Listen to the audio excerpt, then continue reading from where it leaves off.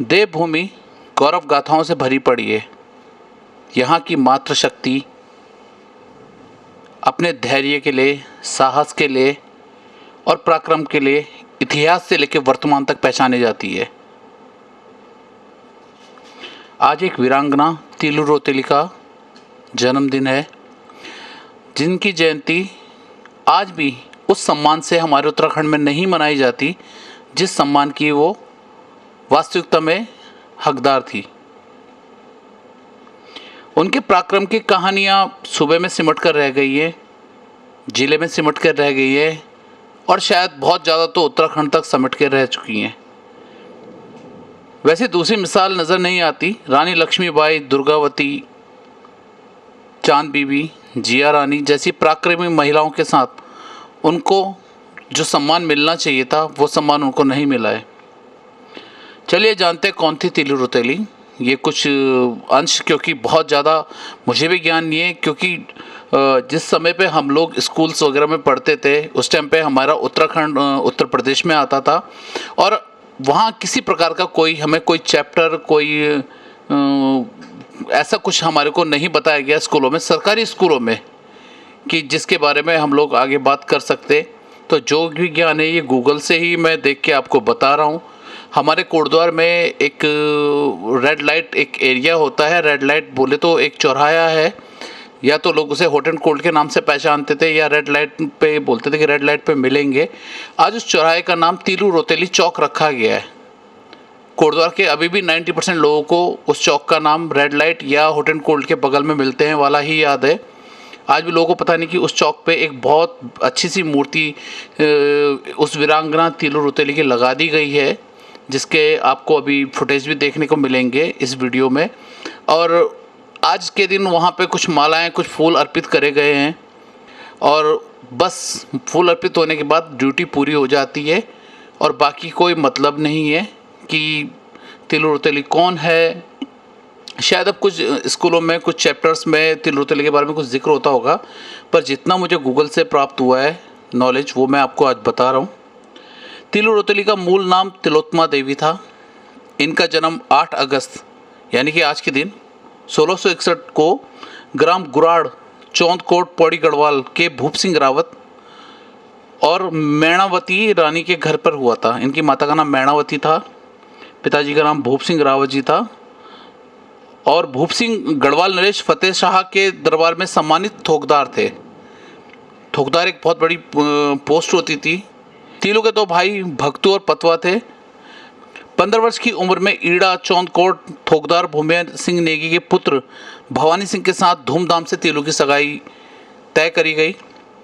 15 वर्ष के होते होते गुरु शिबू पोखरियाल ने, जो कि तीलू को अपनी शिष्या मानते थे, तीलू उनको पिता सम्मान देती थी, तो गुरु शिबू पोखरियाल जी ने तीलू को घुड़सवारी और तलवारबाजी में निपुण करा और वो बहुत अच्छी घुड़सवार और तलवारबाज थी। उस समय गढ़ नरेशों और कत्यूरों के, जो कत्यूरे एक प्रजाति, मतलब एक जाति होती है, और गढ़ नरेशों यानी कि जो हमारे उत्तराखंड के गढ़ नरेश थे उनके बीच और कत्यूरों के पारस्परिक प्रतिद्वंदिता युद्ध चल रहे थे। कत्यूर नरेश धामदेव ने जब खैरागढ़ पर आक्रमण किया तो गढ़ नरेश मानशाह वहाँ की रक्षा की जिम्मेदारी भूप सिंह को सौंपकर खुद चांदपुर गढ़ी में आ गए।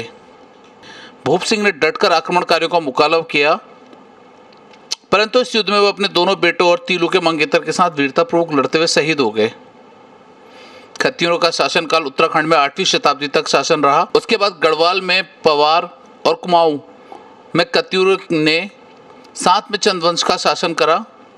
धीरे धीरे कुमाऊं में चंद वंश प्रभावशाली होते रहे और कत्यूरी इधर उधर बिखरने लगे। उन्होंने चारों ओर लूटपाट की, उत्पात मचाया, अशांति फैलाना शुरू करा। तीलू रौतेली के समय गढ़वाल और कुमाऊं में छोटे छोटे राजा, भड़ व थोकदारी की प्रथा थी। सीमाओं का क्षेत्रफल राजाओं द्वारा जीते गए भूभाग से निर्धारित होता था। आज ये भूभाग इस राजा के अधीन है तो कल किसी और राजा के अधीन।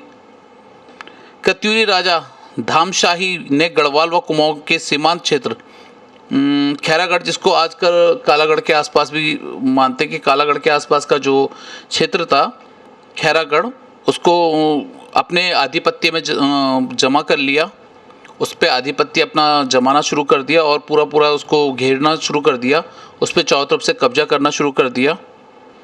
तिलू रोतेली के पिता, भाई और मंगेतर की शहादत के बाद 15 वर्षीय बीरवाला तिलू रोतेली ने कमान संभाली। तिलू ने अपने मामा रामू भंडारी, सलाहकार शिवदत्त पोखरियाल व सहेलियां देवकी और बेलू आदि के संग मिलकर एक सेना का गठन किया। इस सेना के सेनापति महाराष्ट्र से छत्रपति शिवाजी के सेना नायक श्री गुरु गौरीनाथ जी थे। उनके मार्गदर्शन में हजारों युवकों ने प्रशिक्षण लिया, छापामार युद्ध कौशल सीखा। तिलू रोतेली अपनी सहेलियों देवकी व बेलू के साथ मिलकर दुश्मनों को पराजित करने निकल पड़ी।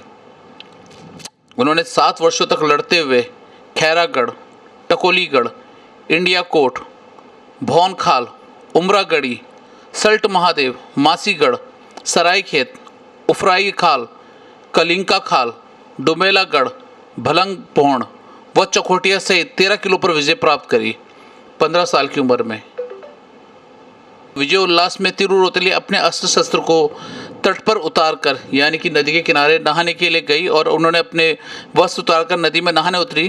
तभी दुश्मनों के एक सैनिक ने उसे धोखे से मार दिया, क्योंकि सब लोगों को यही पता था कि तिलू रोतेली कोई लड़की ना होकर कोई लड़का है, और उन्होंने अपना साज सज्जा इस हिसाब से रखी रहती थी कि वो पूरे मर्दों की तरह, मतलब पुरुषों की तरह लड़ाई करती थी और सबको उनके बाहुबल को देख के लगता भी नहीं था कि वो किसी भी एंगल से, किसी भी नज़रिए से कोई महिला होगी। पर जब वो नहाने उतरी तो उनको पीछे से एक सैनिक ने, जो कत्यूरू का सैनिक था, उसने पीछे से धोखे से उन पे घात करा और उन्हें मार डाला। सबसे बड़ी दुख की बात यह है, हालांकि तिलू रोतेली पर कई पुस्तकें बनी है, बहुत सारे नाटक बने हैं, पर आज भी जो मान सम्मान राष्ट्रीय स्तर पर, विश्व स्तर पर तिलू रोतेली को मिलना चाहिए था, वो आज भी नहीं मिला है। बहुत दुख की बात है कि आज भी हमारी आने वाली पीढ़ी में बहुत कम लोगों को, यहाँ तक कि जब हमें ही बहुत कम पता है, मैं खुद आपको जो आपको वीडियो दिखा रहा हूँ या आपको जो वीडियो बना रहा हूँ, ये मैं खुद गूगल से पढ़ के बना रहा हूँ। इससे थोड़ा सा वीडियो में भी थोड़ा सा टेक्निकल कमी हो सकती है, पर वास्तविकता ये कि पूरी तरह से हमें भी नहीं पता, और अन्यथा कुछ हम इसलिए नहीं बोल सकते क्योंकि ज्ञान बहुत सीमित है। लेखकों ने अपने हिसाब से घटा बढ़ा कर लिखा है, पर जो वास्तविकता, क्योंकि हम लोगों को भी बचपन से कभी इस चीज़ के बारे में नहीं पढ़ाया गया है, अब धीरे धीरे स्तर बढ़ रहा है। हमारे जो इतिहास है उत्तराखंड का, उसके बारे में पता चल रहा है। एक सबसे बड़ी बात है, मुझे खुद ही नहीं पता था कि जिस भरत के नाम पे पूरे देश का नाम भारतवर्ष पड़ा है, उस भरत का जन्म हमारे कोटद्वार का है। इसलिए हमारे कोटद्वार को कणु नगरी बोलते हैं। ये अभी कुछ साल पहले ही मुझे पता चला, करीब 18-20 साल पहले मुझे पता चला है। कहाँ किताबों में लिखा हुआ है, ना तिलू रोतेली के बारे में, ना कणु नगरी के बारे में।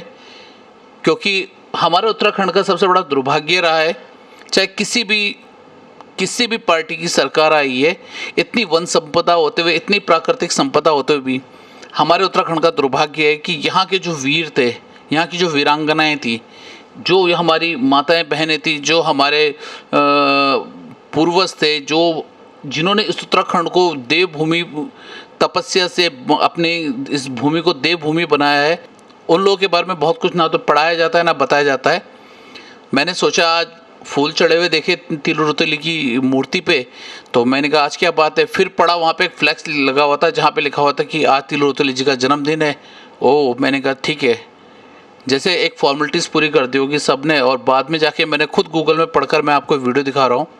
मैं क्षमा चाहता हूँ अगर आपको इस वीडियो में मेरी कुछ कमी नज़र आएगी, पर मेरी तरह आप भी एक बार सोचना ज़रूर कि तिलू रोतेली थी क्या, जिसने 15 साल की उम्र में इतने सारे किले, इतने सारे गढ़ विजय प्राप्त किए। तो आज गढ़ जागृति से आपके लिए ये आड़ा तिरछा ऊट पटांग सा जैसा भी आपको लगे, जो भी कमी लगे, बट इसको बनाने के पीछे मेरी भावना बहुत अच्छी थी। तो आप टेक्निकल कमियों पे ना जाकर मेरी भावनाओं का ध्यान रखें। धन्यवाद।